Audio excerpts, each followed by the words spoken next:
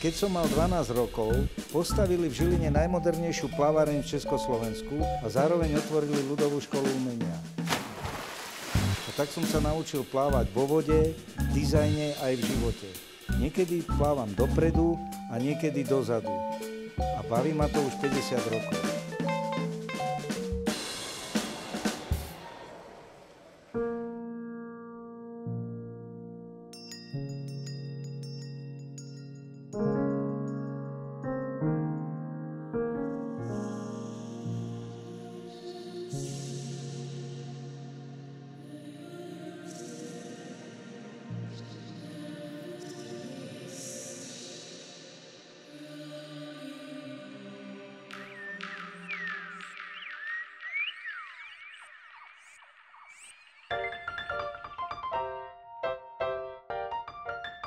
Ja Pálovi ďakujem za vesmír v súvislosti.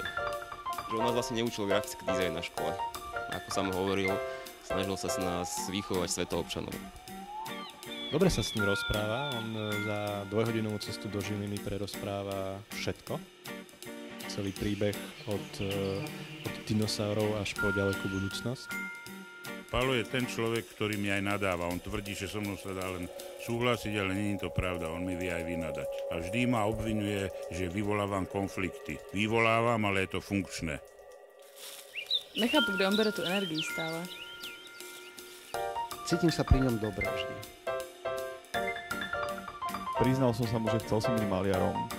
A on ma presvedčil o tom, že bude lepšie, keď budem grafickým dizajnerom. Pálo Chuba mi skutočne bez nadsázky zmenil život vlastne.